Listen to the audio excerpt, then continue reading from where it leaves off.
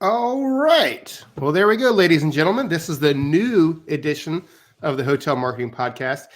It may be episode 268 today, but for us, it's episode number 1 because not only are we repeating audio over and over again, like I was not expecting to, but we're also using StreamYard for the first time. In the future, we're going to start moving this over to YouTube, streaming live at some points. But overall, I think we're going to be elevating our experience on the podcast. And we're really happy to have you here with us today as we talk about some big information in the search world. We're going to be going over AI's search marketing predictions for 2025. So it's going to be a big show to start off what's probably going to be a really big year in 2025. So let's go ahead and dive in. To do this, we always have to introduce the cast. And this time we're going to ask the question, what's your New Year's resolution? So let's see here. How about we start with Mackenzie? Welcome to the show. Welcome to 2025. What is your resolution? Hello. Happy 2025. I am somebody who does do New Year's resolutions every year. And like I told you guys, this year I'm kind of aiming high. I have a whole list of them, but I'll narrow it down to 2 for time's sake right now. The first one, I use this app called Goodreads. I'm a big reader.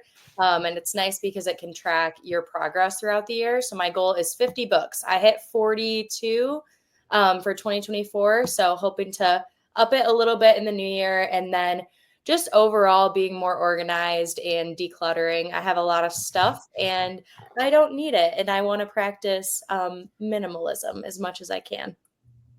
50 books. 50 books. Yes. Like I think it's attainable. Level books? I'm sorry, what? Novels. She's talking about novels. Well, it can be a mix. I just actually read an advertising book that I really enjoyed. So I'm like, it can be a mix of professional and personal, mostly personal, but of course, always happy to read some of those too. So I think you can do it. It's a good goal. I think so too. If I got to 42, I really think I can get to 50, but I'm also in the thick of the Harry Potter series, and those books are very long. So I would consider those like 3 books in one, but obviously I think that's fair. So out of your 42, how many did you DNF? None. I actually never not finished a book. Oh, okay. I just have to stick it out. I have to see it through every time. I think there were about 4 that I could not get through this year. Yeah. Last year. It happens. Well, so Alyssa, how many did you read last year? I didn't count, but definitely not 42. Probably somewhere north of 15. Less than 25-ish. Okay, so yeah, you're kind of more in my world. I feel like 42 is that's impressive. There's girls in my book club who do like 100. I'm like, how do you have time to do that? So yeah, I'm on an upward slope. I think I did like 25 in 2023 or something like that. So I think for me, my number was drastically reduced when I stopped driving places, like daycares right across the street, work from home, and I listen to them. Every time I try and read a physical book, I fall asleep. So it's unfair, but I'm never in the car. That's being at home has crushed my books and podcast consumption. Yeah. So that's a pretty lofty New Year's resolution. I love it. Yeah, check in with me in June and we'll see at the halfway point where I'm at, because I might have you should be at 25. I might have to scale back. All right. So hey, Jeremy, how about you? You have any big resolutions for this year? I mean, towards the end of 2024, I was starting to exercise a lot more, really quite often. And so I think really my resolution is to continue that into 2025 and not fall off the horse and keep my PRs up and everything like that. Yeah. Nice. Are you doing weights or are you cardio, or what do you kind of weights? Yeah. I can't do cardio. Kills me. Yeah. Cardio is cardio. Mm-hmm. It really is. So I'm putting getting yoked in your resolution. Yeah. Getting swole. Or you want to be swole. Yeah. I'll let you choose. Okay. Done. All right, you're getting swole in 2025.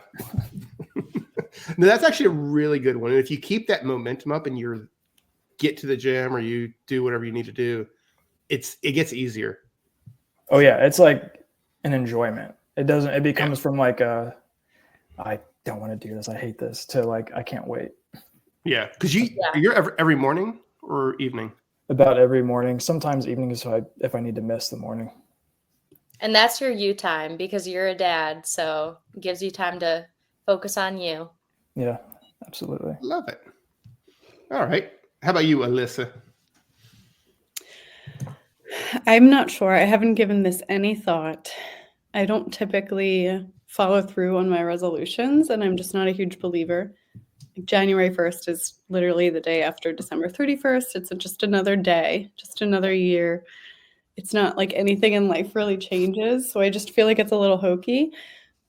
But if I had to pick, I've also been going to the gym fairly consistently. I feel like the holidays really wrecked everything with the cookies and cake. But so that's how I am with birthdays. I feel they're completely irrelevant. Okay, I'm kind of almost there. And I used to be the girl who was like, it's my birthday month. And then as you get older, it's my birthday week. Oh, it's my birthday. Oh, it's my birthday breakfast. And now I just, all of it. Even Christmas this year, we talked about this on the last podcast, but I'm like, giving gifts is kind of silly unless you're a kid. So I don't really believe in the resolution thing, but if you need something to look forward to. Nope, I wrote down resolutions are kind of hokey. Maybe the gym. Accurate. Drink more wine. Kidding. Drink less wine. Yeah. So, all right. So for me, I was only able to do 2 races this year, and I'm going to go for at least 3. Hopefully, I hit that goal. It's kind of important to me. That's what motivates me to accomplish Jeremy's goal of getting in the gym and staying in shape and whatnot. If I don't have like a specific item set, I'm like, I go for a run tomorrow. I can lift tomorrow and whatnot. So that's a big one for me. And then the other one for me is to be present. There's always so much stimuli coming in, and I'm on a call, but then 4 people are Zooming me at the same time. And I need to do such a better job of literally turning off every other input if I'm on a call with somebody or on the podcast or whatever it might be. Because otherwise I say stupid stuff, which I don't I'm want to with do. you on that one. And I can't even imagine because you're definitely busier than I am in the company. But same thing. I feel like I'll be focusing on one thing. And then in a world where we're constantly getting notifications and alerts, it's so easy to be like, oh, squirrel, distraction. So I get it. Yep. I think that's a good one. So I gotta fix that. My goal is in quotes, be present for everything. That's pretty good. What has kind of helped me is like leaving my phone in another room, especially with the kids at home, or like I'll text from my computer sometimes. So if I have my computer open, I don't like waste time scrolling Instagram or Facebook. It's just responding to the text and then going back to what I was doing. And then you're also not comparing yourself to whatever you're visualizing. Yeah. Social media is, I recommend it for every hotelier out there. But social media is straight up cancer. Good enough for your mental health. It really is. But for everybody else. Yeah. I've kind of done a similar thing, Alyssa, where I'll usually like either put my phone across the room or in a different room if it's really bad.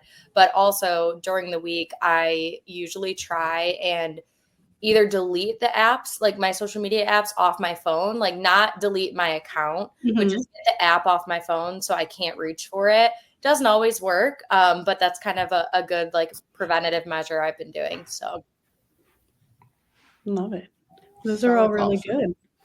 So I'm going to save these, and in 2026, we're going to sit down and ask Mackenzie about her 50 books and try to get a bigger monitor because Jeremy's going to be so swole he won't fit. What is the success rate for a resolution? Like I'm going to be the only 100% here because I don't have one. I feel like it's pretty low. Let's I'll ask I think I read maybe 8% or something, 7%. I'm usually pretty good about it. I used to do a thing where I'd want to learn one new thing every year, but then I kind of ran out of like things. Oh, well, I guess how big is the thing? So it's one thing, and it gets to a point. I want to be to the point where I'm actually somewhat proficient at it. Okay, so Like I like, I'm pick a gonna lock learn how to pick. bake bread. Yeah, and like you do that a lot. Like, okay, I'm gonna learn how to. I'm gonna be a. People will see me like, hey, that's the dude who breaks bread. And then you do that like a lot of different times, and then all of a sudden you have this nice repertoire of skills that you can. This is why you gave up on your bees. You learned it and left it. Well, yeah, and the bees all died, but Alyssa, you're right. It's only 8 to 10, and it actually says 80% of them fail by February. So maybe we'll do a check-in next month. okay, yeah, we'll keep checking in on that for sure. So. Love it. All right, so we're going to move right through this show. I know we have a lot to cover as we talk about the AI search marketing predictions, but before that, we have an awesome piece of feedback, and it's always good when you get people sharing their thoughts on the podcast and whatnot. And this one, it's pretty awesome because it comes to us from down under, from Duncan, and he says, "I want to say hello and say I really enjoy listening to your pod here in Australia. It has helped me in many ways in the last few years. Please keep it going. Just recently moved from a PMS where I managed an embedded payment product back to digital and distribution. Listening in again to you guys, and you're helping me get back into the groove. Thanks again, Duncan." So I think that's awesome. It's so crazy that somebody literally on the other side of the earth is listening to us, and hopefully the advice that we give and the tips are helpful to you, Duncan. Definitely. Keep us in the loop and let us know how the new gig is going. Duncan, we need to know if you know Bluey and her family. How are they doing? We need more episodes. Is Bluey that's an Australian show? Yes. Okay. See, I missed that. My kids are older. We had High Five, which is also an Australian show. Never heard of it. No. Did anyone watch The Wiggles? Oh, yes. Was that Australian? I think that was Australian too. All right. So Fruit salad. Australian Yeah. has the lock on phenomenal kid shows. So, Duncan, if you're part of the kids show empire that is Australia, thank you so much. He's like, that's my side gig. Yeah. Oh, that's awesome. So, well, cool. Well, hey, there's no newsroos today, so you guys are going to be spared from the song, but we do have TravelBoom's Room for Improvement with Mackenzie. Alrighty, this is a fun one today and really kind of an interesting one. So curious to hear everybody's take on this. We have China Sun 04. The subject is rooms with no window. Recently stayed in a hotel in downtown Nashville and was shocked there was no window. I'm fairly certain we were backed up to the parking deck. Where there could be a window, there was a picture of the downtown skyline of Nashville. Ha. This was not disclosed when I made the booking nor upon check-in, since I was only there one night, just sucked it up and didn't ask to be moved, but did ask upon checkout about it and was met with a shrug, and a lot of Nashville hotels don't have windows. Okay, this felt weird to me. Is this common? Is it a fire hazard? Should the hotel have disclosed it upon booking or check-in? We paid the going rate as far as I can tell and didn't get any sort of heads up or discount for it. Ultimately, it was fine, but it did make me mentally note that from now on, I guess I need to ask for a room with a window. I didn't even know that was a thing. So this one is pretty crazy to me because it's such a fine line. Like, I don't know if that's something that the hotel would have to disclose, but I would be really upset. And I joked when we were picking this one out for the show today that to me, this feels like a prison cell. I don't like it. So I have a lot. So of here's the thing: is if you're in Australia, so they have. I think they have be windows. present, Pete. Okay, so, let's say Duncan went to Nashville and there was no window. I feel like that should be disclosed because it's not. It should be expected that there's going to be a window. Now, I know with Nashville, there's a lot of it's a city, right? So there's going to be a lot of places that don't necessarily have windows because it's going to be one long row on a block, but still kind of feel like you need to pay attention and look at the photos of the rooms that you're choosing. And if you're a hotel who's not showing those photos, I kind of feel that's a conversion issue by not being transparent with your guest. yeah, sorry. I'm spinning my wheels though now, and the windows don't even open anyway. So Yeah. I think the thing that I don't like about this one is the fact that the person at the front desk said, well, a lot of other hotels in this area don't either. Like, that's just a really poor way of handling it. You can think things like that, but that's probably something you just shouldn't say to the guest. Yeah, I think there are better ways to handle it. I'm not saying give somebody a full refund because they didn't have a window in their room, but I think there are different ways to kind of accommodate this guest who's clearly upset about it. Yeah, for sure. And I don't know. I'm like, just speaking truthfully, I don't think I would have noticed that there was no window. I think you would have. I think it's subconscious. I can't think of a single room I've ever stayed in that hasn't had one, but now I don't know if I would. Now I would, because I'm going to be thinking of China Sun. But I feel like every time I stay at a hotel, like I go directly to the window and open up. Yes. Yeah. And just to see like what's I out try there. everything I can not to touch. Oh, when we remember we saw were your in blinds in San Antonio, Antonio. and my curtains had blood on them. Yep, we saw that. Can I stay in your room, Mackenzie? Yeah, you should ask China Sun, say, It was which is so- worse? Would you rather have no window or this when you go to open it? Well, the blood's got to go somewhere, so at least listen to where it was. No, okay, wait. So I have a better story, like a personal experience to no window, and I can't name the hotel, but it was a New York City hotel, and there was a floor-to-ceiling window right beside the toilet that overlooked the restaurant terrace. So, like, if I wanted to be that guest, I could have pulled the curtain up and pooped. Like, I don't know if I can run these people. Okay, but it gets worse. It opened. Like, you could open it. You could floor to open, ceiling window. yes, you could open it. Like sideways? Multiple in the room. Like, it was very unsafe. Like, My brain is just not even like comprehending this. I need like I don't need a visual of you on the toilet, but I need the visual of the room. Okay, wait, I took a photo of it and I'll share it with the group. Okay. I might have sent it to our internal chat at the time.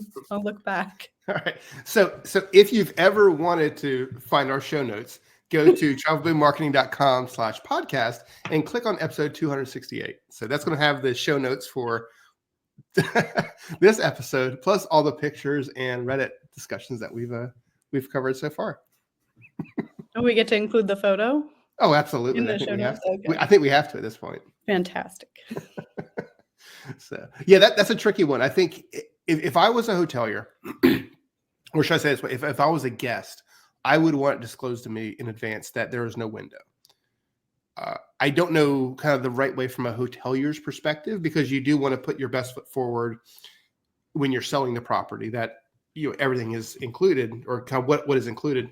But I do think it should say, come up with a fancy word like interior room or something like that would suggest that there's not a window there. Interior I'm curious closet. how many rooms that they have like this. Like, is this just a one-off issue, or is it that spot on every single floor does not have a window? I'd be curious to see. Reading through the comments on that thread, it did sound like that was common in the area, but I do agree, Mackenzie, there's probably a nicer way to communicate the fact that, hey, maybe these buildings are historic, or, it's a city and we're limited on space. So we totally understand. We apologize, but we don't have windows. Yep. So. Yeah, makes sense. All right. Are you guys ready to dive into the main topic of today? Let's do it. All right. So the main topic is search marketing trends for 2025. And we'll see what AI has to say.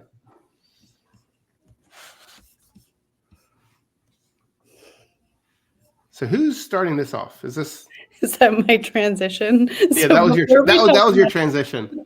So it wasn't clear. It was as clear as the window from Reddit. I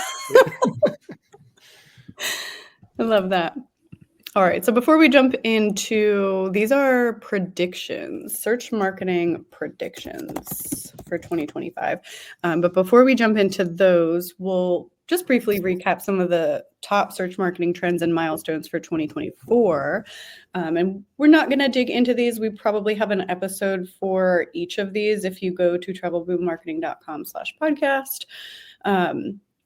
So from an SEO perspective, we've had some big changes this year or last year.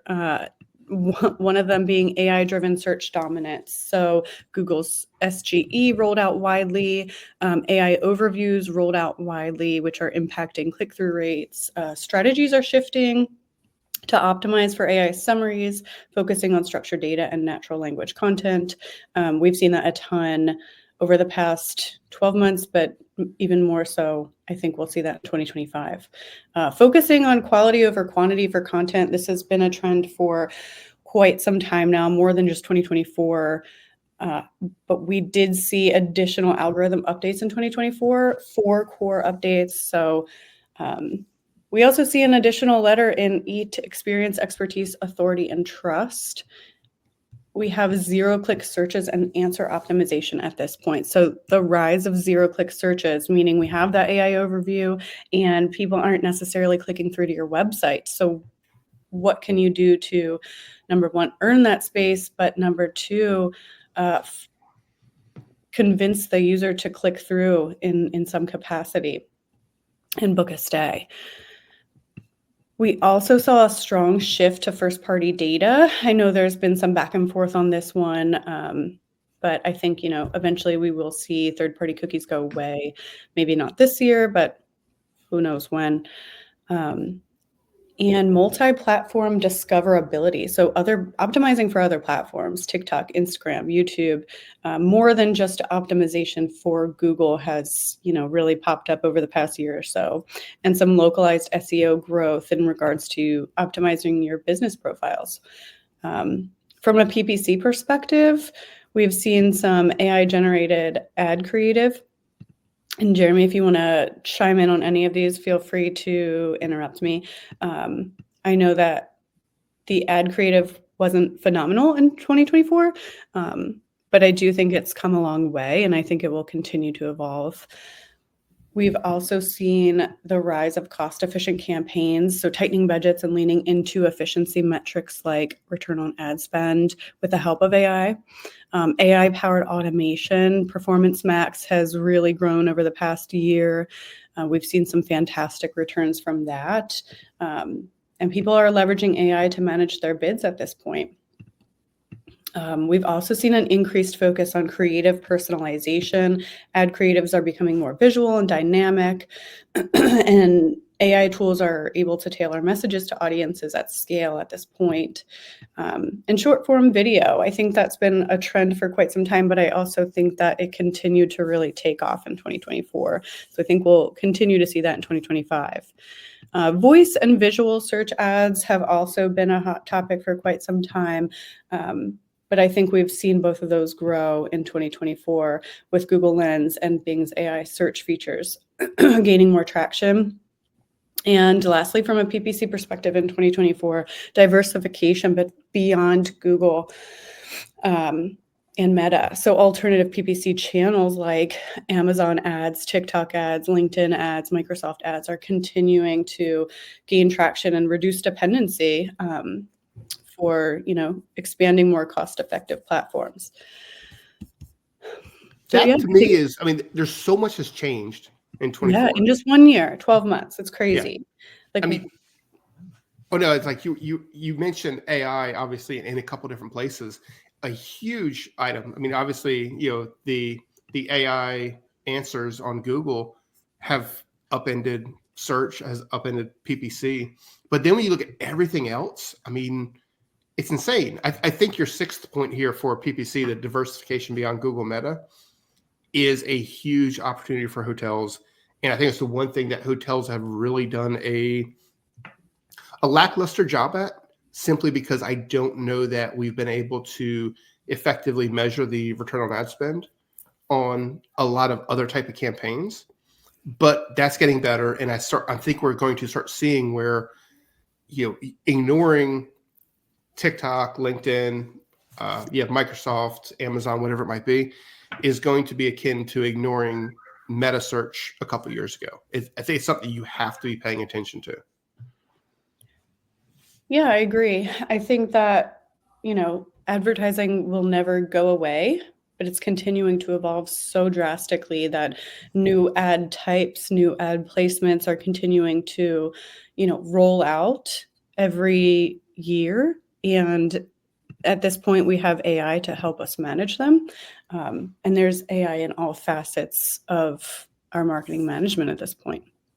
Mm-hmm. Well, I mean, look at like today we're talking about, clients who have budget to spend, but the traditional channels with Google, Bing, or wherever it might be, may not be able to fulfill those budget needs, at least at the return on ad spend that we're expecting to deliver.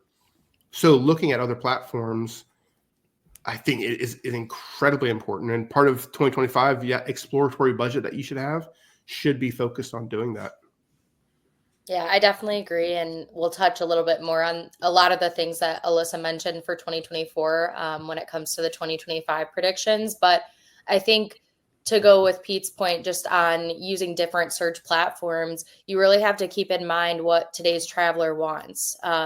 It's not going to always be the same. It's always changing, but it's kind of a sink or swim. And if you don't do it, then you're risking losing a lot of your potential market. So. Yeah, agreed. So Mackenzie, can you tell us what predictions AI has made for 2025? I think I've read through the notes and I agree with a lot of these, but let's see what Pete and Jeremy have to say.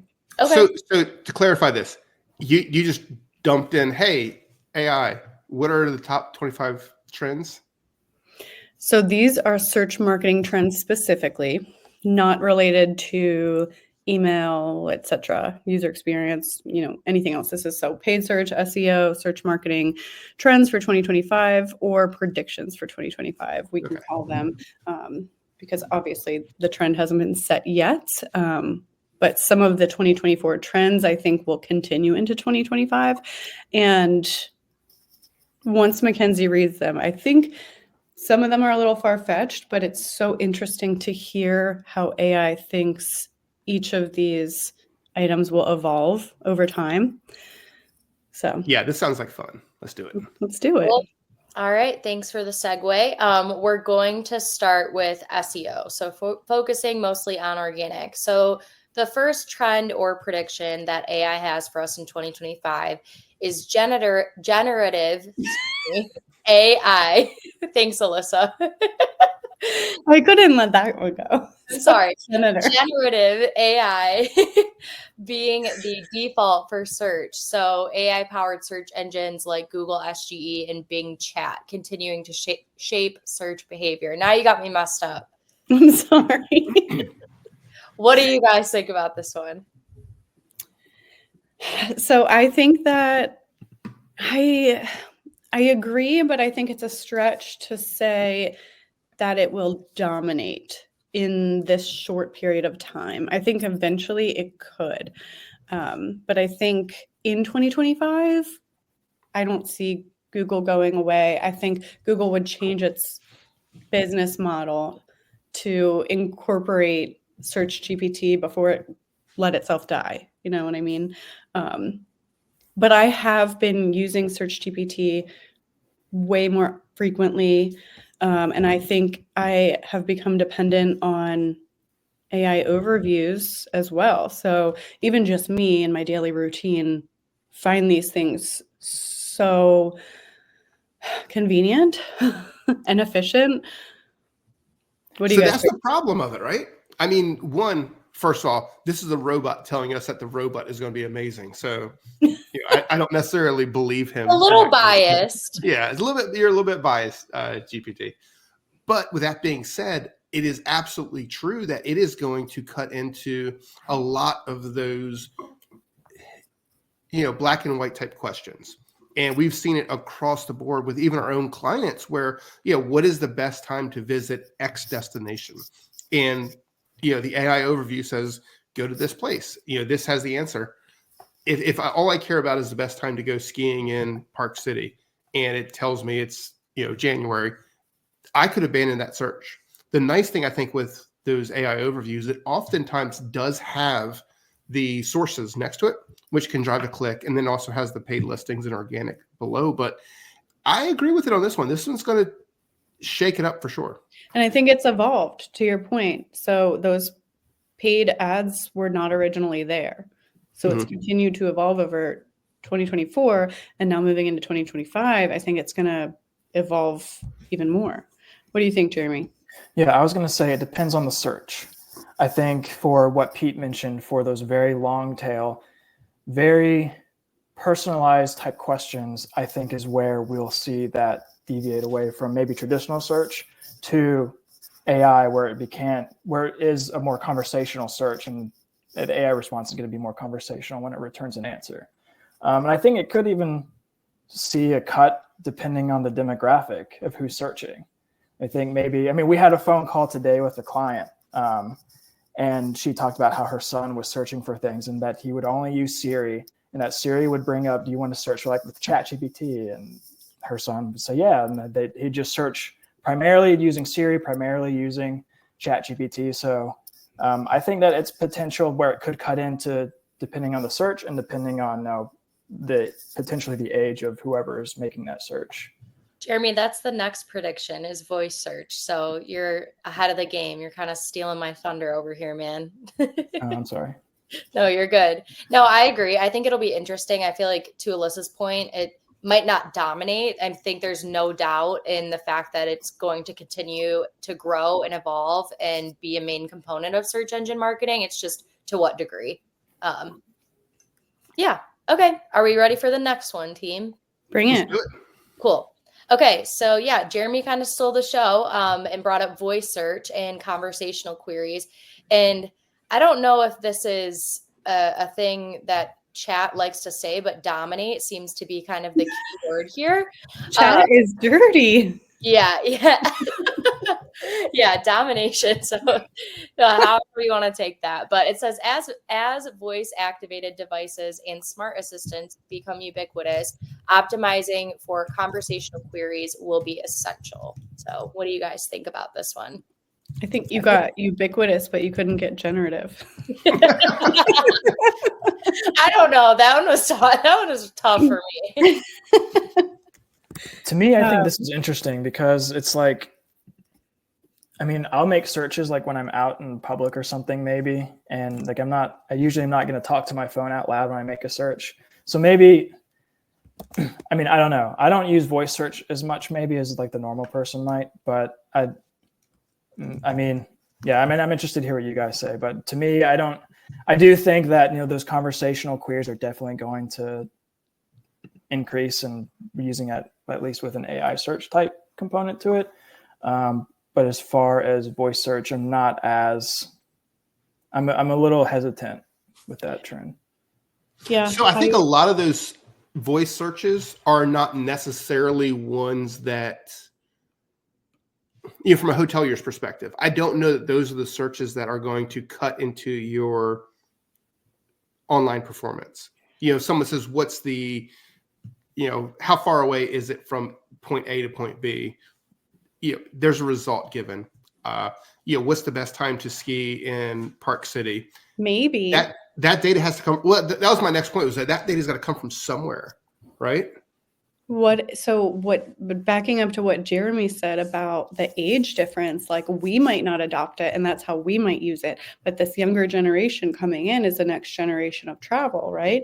And you could say, what's the top boutique hotel in New York City and how much do the rooms cost? Mm-hmm. So I don't use it. I hate it. I disagree with it for that reason. But I do think it's something that should be considered for this next generation of travel. I don't think that we're quite there yet, but it's definitely something we're moving toward. I don't even think it's the younger generation. No? As a Gen Z spokesperson on this. Well, what's next? The next below you. I don't even think it's that. To me, I think it's the older generations. When I'm around, I don't know if this is the case for a lot of people, but my grandparents do this all the time. They're always using Siri, the voice activated controls on the TV. For people who might be a little impaired, I think that sometimes it might be easier for them to use the voice activation. So in my opinion, it's actually the opposite. It's a different generation, but I think it's older. Okay, interesting. I don't know. That's personal experience. The jury's out on that piece, but Yeah. I think we can all agree on the conversational piece. Yes. So I'll say this. I think at some point that the age factor becomes irrelevant and it becomes more of your adoption of technology. I think in some cases, I probably adopt technology faster than my kids do, just because of the world I live in. And there's some cases where that's not necessarily the case, right? So I don't think you can say, oh, I am targeting a Gen Z. I'm targeting a millennial because I'm going to use this platform. I don't think that that is so important anymore.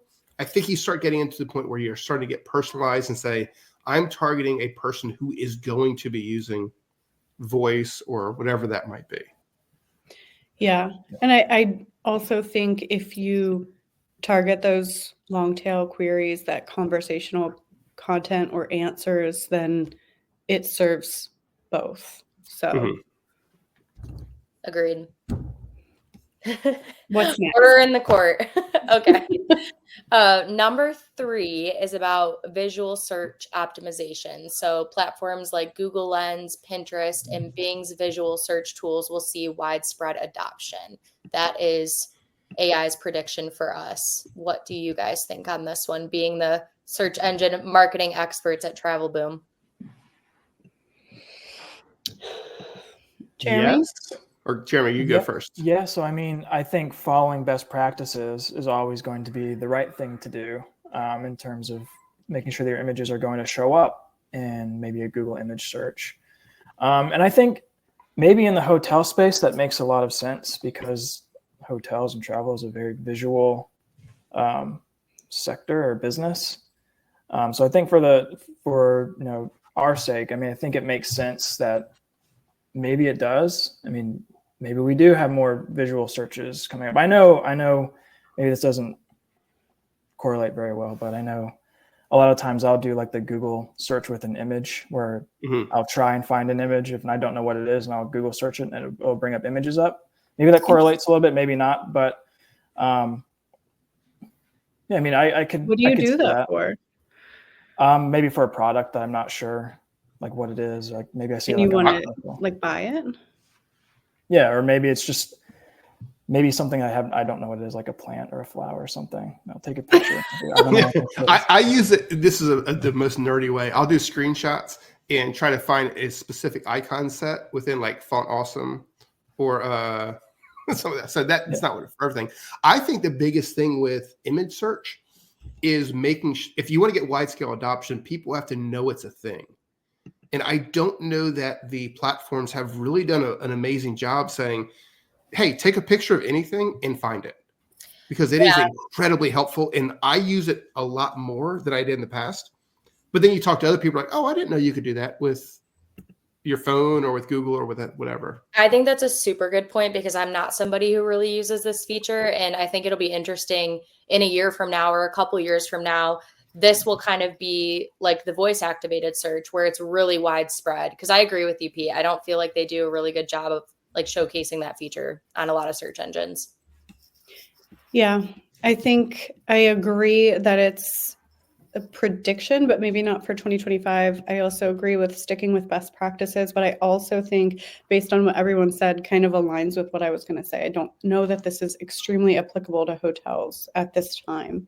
I think it's more product-based or answer-based, etc. So yes, we do need to follow these best practices and set ourselves up for success, but I don't think that prediction is extremely relevant to the hotel industry in 2025.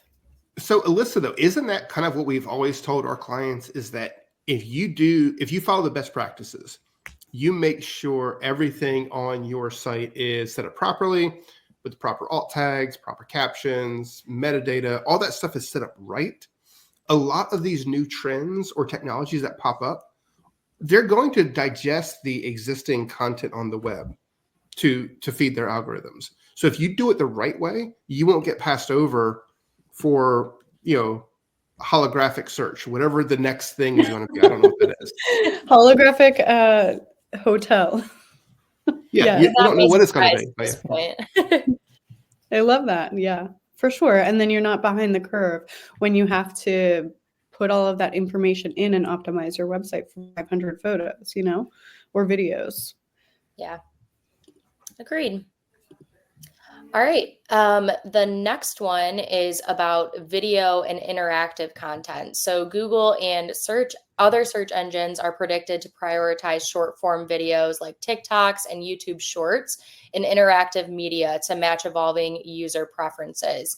I definitely think that this is going to be on the rise. Again, I think it's just kind of dependent on how it will look for the hospitality industry as a whole, because I feel like a lot of hotels are really reluctant to kind of break into the short form video space. It depends really on their market. If they're using a lot of influencer marketing or UGC and they have a younger crowd, I think they're doing it a lot more often. But definitely something that I think we'll see a lot more of this year. So we haven't released it yet, but it's on its way out. It is the 2025 Leisure Travel Trend Study. Mark your calendars, folks. Mark your calendars. I don't have a date to give you, but it's next, several days. Yeah. It's close.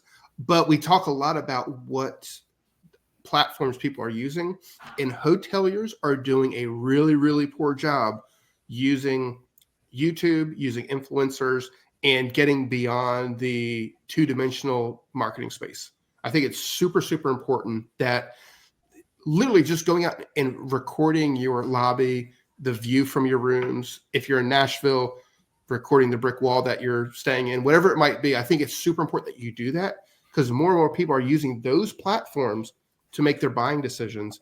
And they may only be getting to your website way later in the game than you're thinking that they're going to get there. 100%. And I think I'm obviously an avid TikTok user myself. And one thing I've been noticing a lot is food and beverage really breaking into the space. So like different bars and restaurants, and they're recording the ambiance and the food and the drinks. And if you have F&B outlets, you could do that for your hotel. Like you said, Pete, I think a video kind of will always perform better than an image. It offers more of an interactive experience. So hotels really need to capitalize on that, in my opinion, as well. Hey, can I share some specific data from the study? Sure, Pete. Okay, cool. So overall, YouTube is the most influential social media platform for spurring travel decisions. In the terms of people who are shopping, that's the thing that pushes them over the edge. For Gen Z, it's 39% of Gen Z think that's the most important. For millennials, it's 35%. Overall, when you count everything from boomers, through, you're looking at 24%. Facebook is 18. Facebook was 18% at number 2. Okay. Then Instagram at 16, TikTok at 16%. Now for Gen Z, TikTok was at 39% as well. X and then Snapchat was way down at the very bottom. So I think you got to use those platforms. People have kind of forgotten about it, or say, I'm going to dump my video on YouTube and then embed it onto my website. Think more about how you're using that content. I would agree. I don't particularly use YouTube, but no one included me in the study. So I feel like I go to Instagram because it's more visual and I'm just too old for video. But yeah. I think this prediction as a whole, I wholeheartedly agree with it. I'm going to skip. Yeah. So I'm going to go to Beach Mountain next weekend. Okay. With the family. And absolutely, I've Googled or YouTube. Is it YouTube? I searched on YouTube for, beach mountain skiing, just to kind of see what's out there. And you kind of get it's hard though, from a marketer to say, oh, Pete searched for beach mountain skiing and that resulted in any type of action whatsoever. So I think that's a problem, but I don't know. Well, you would see the view. I think the barrier to entry to any type of adoption to this is staffing or budget. It's an investment. It takes time, especially if you want to have, say, a successful TikTok following, or you want to go viral. You have to capitalize on trends very quickly or create them yourself. I don't think that hoteliers have enough staff for that. And then to produce a video at a quality that you could list it on your website is so costly. The AI video creation just isn't there yet. So I feel like there's a huge hurdle there. I agree. And I feel like aside from staffing and budget, there's just kind of a mindset shift that might need to happen with some of these hotels, especially like older historical hotels. I feel like a lot of them stick with what works, and that's great. But it's time to kind of explore what else is out there. So yeah, that's my thoughts, my 2 cents. Jeremy, anything? No, I mean, I completely agree. I mean, and I thought that was interesting. Like, I'm more of an Instagram person too when I'm looking up for things visually. So I thought that's interesting that YouTube came up first. But I do agree that I think it's an adoption issue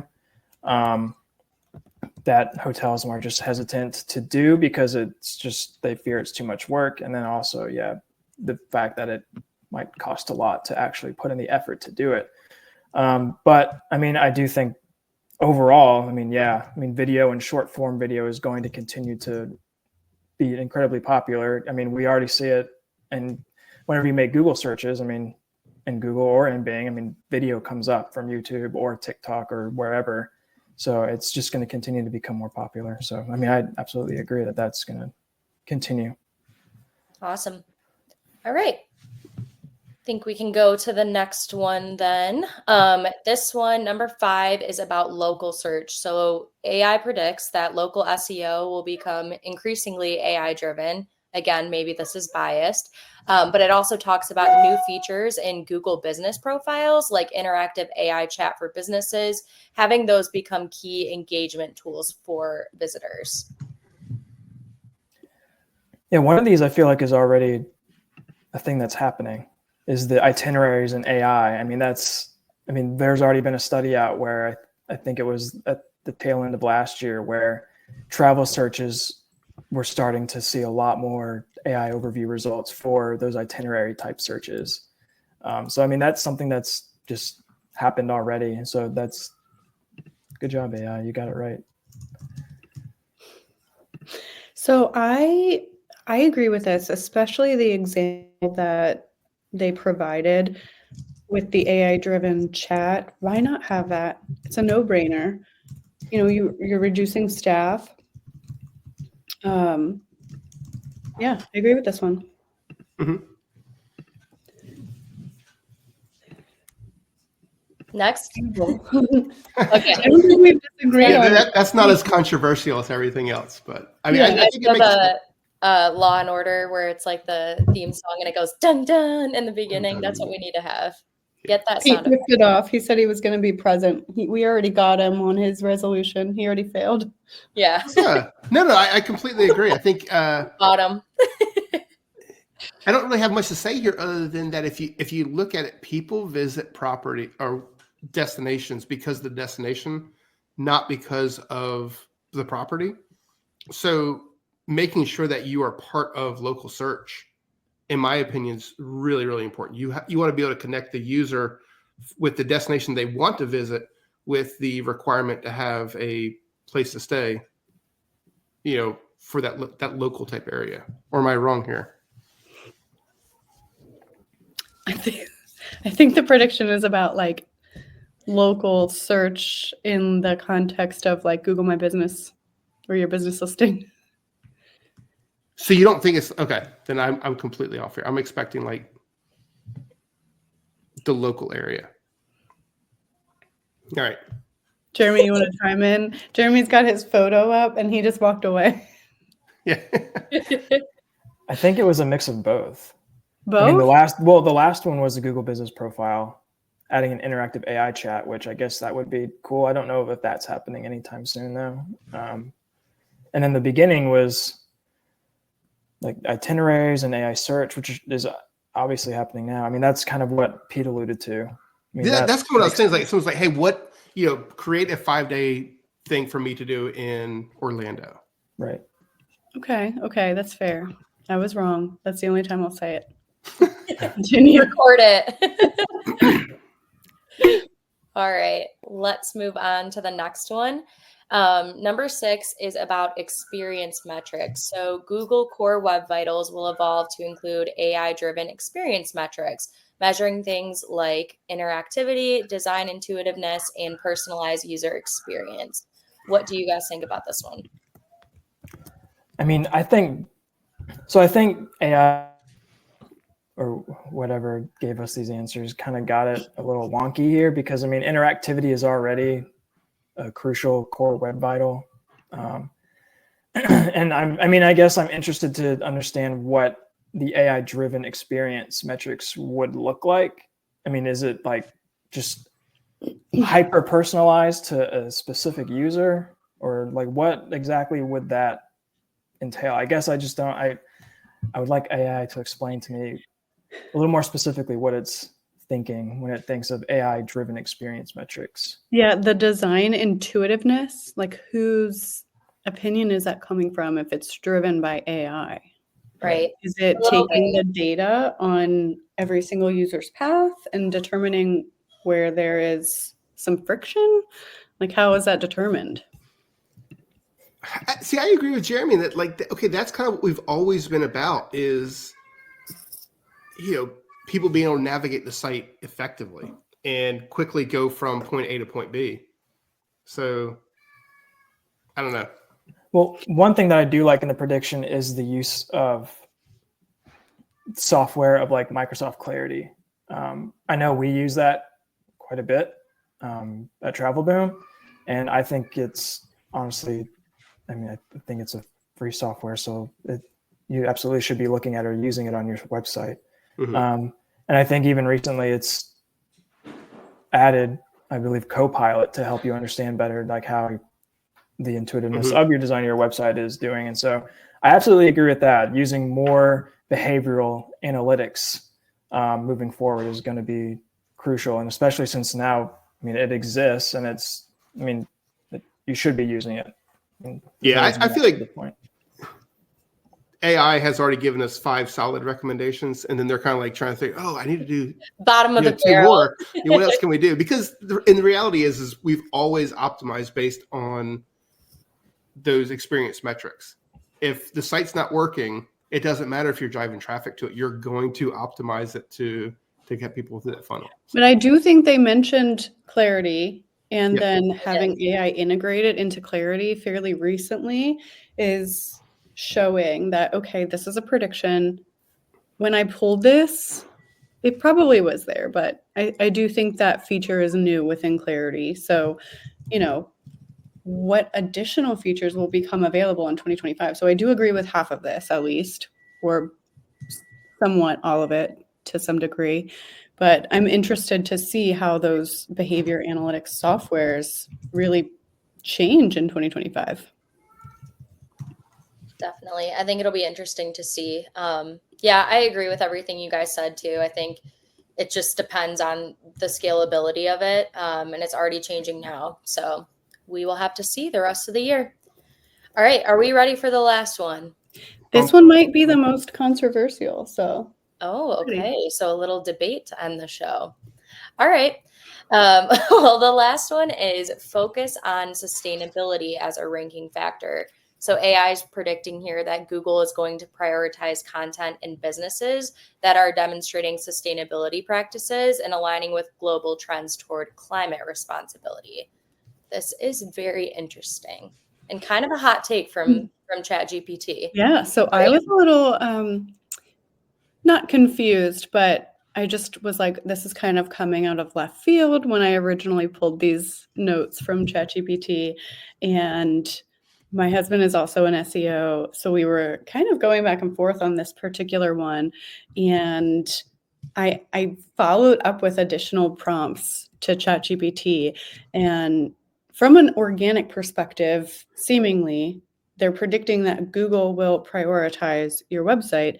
Obviously, if you have these practices, but how do they know if you have these practices in place if you're not putting them into your content organically? So having a page for sustainability, listing what you're doing. And if you look at it from 1,000 feet, you should already be trying to move to a more sustainable model in any way that you can, especially from a travel perspective. People are wasteful, particularly me when I travel. So, it's the right thing to do ethically. But when you look at it from this perspective, is it morally correct for them to prioritize someone that is making the right decision, or prioritize someone that's providing a better user experience, has a better product, and so forth. So when we were talking about it, it got a little political, but we'll see that. So here, I agree with ChatGPT or whatever GPT model that you use 100%, because I do think Google is going to do this. It's not saying that people want it, people care about it. It's saying that Google is going to prioritize content, which I completely agree with. I mean, whether you agree or not, I think is somewhat irrelevant, because as hoteliers or marketers, we kind of have to play by Google's rule. So looking at we've done several studies where we talked about sustainability and how important that is. And when we survey hotel guests, everyone's like, oh, yeah, sustainability is super important. I think it was 67% said we already know it's a trend. Yeah. But here's the thing is nobody's going to pay for it. I think that the study that we just did said 28% are willing to pay slightly more for sustainable practices at a hotel. So the reality is you have to tell about it. You have to say, we're doing these things that are nice, this and this and this, but it can't be something that's really going to impact your bottom line that much, because people aren't going to want to pay that difference. I agree with you, Pete. I don't think it's a conversation here about should it be this way. It's more will it? And I agree with you. I think Google will definitely implement things like this. I went to that conference that I went to in California in August. The Boutique Hotel Owners Conference was super interesting because a lot of the hotelier attendees there are really focused on wellness and sustainability. And a lot of them were vendors even. So they brought like sustainably sourced toothpaste and different products that would be featured in the hotel rooms. I agree with you, Alyssa. I'm definitely a wasteful traveler as well, and I need to probably work a little bit on that. But it's definitely a trend. Whether or not people are willing to pay for it, I don't know. So we shall see. But yeah, I'm curious to see how this will play out when it comes to search engine marketing. But you bring up a good point too. So here's where we get into the nitty-gritty of, is this fair? Yes, we all want to be sustainable, but you went to a boutique show. Here's a property who's really doing a phenomenal job. They're putting a lot of effort behind being a sustainable property. Maybe they have an entire garden. Maybe they compost everything. Maybe they recycle everything, and they spend money for a good purpose. But then you have a property down the street that has a similar rate. We know people aren't necessarily willing to pay a lot more, but the only sustainable feature they have is a water station. Technically, that is considered sustainable. You're eliminating plastic bottles. Not that that's not a good effort in the right direction, but comparing the two, how does Google know? One's sustainable. So I think that's the that's where you optimize for that. Like you said about having a sustainability page. I think that's a phenomenal recommendation that probably all hotels, and we need to push our hotels in 2025 to do that, because people aren't paying for it. But people have also said that is one of those things that's a tipping factor, right? You know, property one has nothing but a filling station, but property two recycles their roof wastewater so that it's, can go right into the street or whatever it might be, which some hotels spend a lot of money for that, by the way, which is interesting. But of those two, if it's the same price, I'm going to go for the one that I feel better about supporting. So there's value in doing that kind of stuff, but it's not, I don't know. But do you value it more than room design?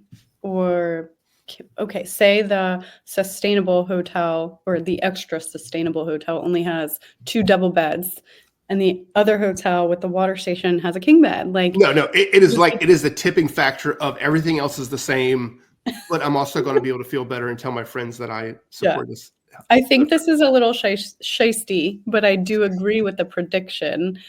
And shisty in the best way. Like, obviously we want everyone to move towards sustainable business models, right? But I think the prioritization factor of it coming down from Google is the part that I have a little bit of a problem with.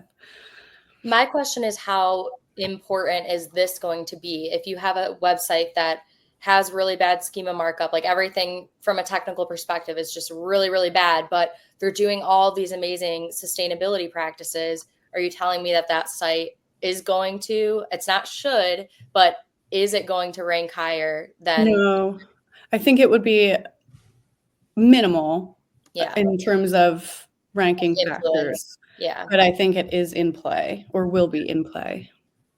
We shall see. I mean, Jeremy, how important, Jeremy, is that little green leaf on some results?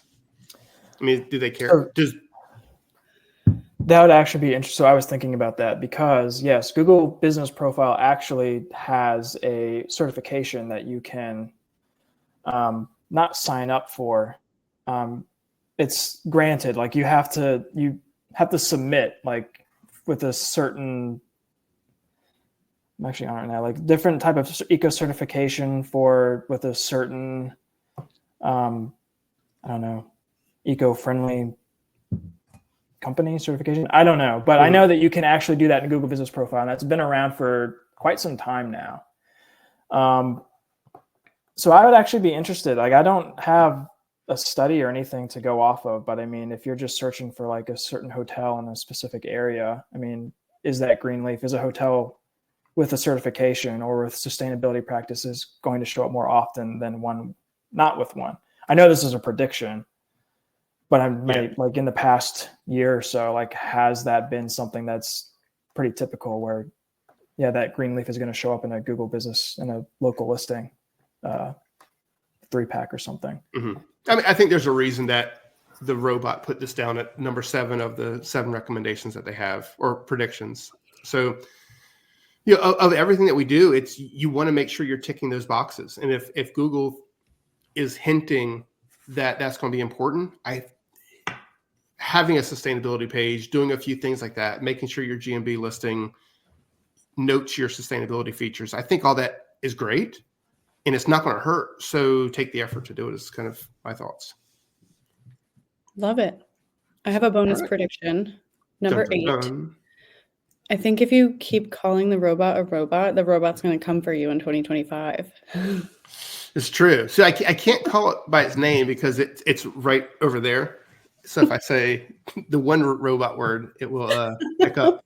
And then I'm afraid if I use the other robot words, like, it will pick up on my computer. So I need to do like that old Saturday Night Live skit where the older people are calling it like, "Hey, Sarah, call so-and-so," and they can never get Siri right. It's an awesome skit if you haven't seen it. Mm-hmm. See, I just said that, and my phone said, "Mm-hmm, what can we do?" I heard it. So that's the problem. You can't call a robot by anything other than robot. Can't escape. Yeah. All around us. Awesome. Well, I think these are awesome. I do think the robot did a pretty good job with these recommendations. We would love to hear what you guys think as well. Go to travelboommarketing.com/podcast and click on episode 268, where you get the show notes, but then also leave any feedback and whatnot. And yeah, I think this is a pretty awesome episode. Thank you, Alyssa and Mackenzie, for running the show here. Thanks to the robot. Yeah. Thank you, robot. All right. Well, anything else that people want to chime in with? I think you forgot to mention that we have a part 2 to this episode. We did not cover PPC predictions for 2025, so stay tuned. We will have those next week. Yep, exactly. So, a lot of stuff. I think 2025 is going to be a big year. We talked about what happened in 2024. Insane. Everything with SEO for 2025 is going to be crazy. And then as we were starting to record this, we realized that 2025 PPC really needed its own episode. So stay tuned for that. But in the meantime, like I said, travelboommarketing.com is where you can get all the information that you need about us. And I have nothing else other than that. I hope you have a wonderful week. Welcome to 2025, and TravelBoom is out.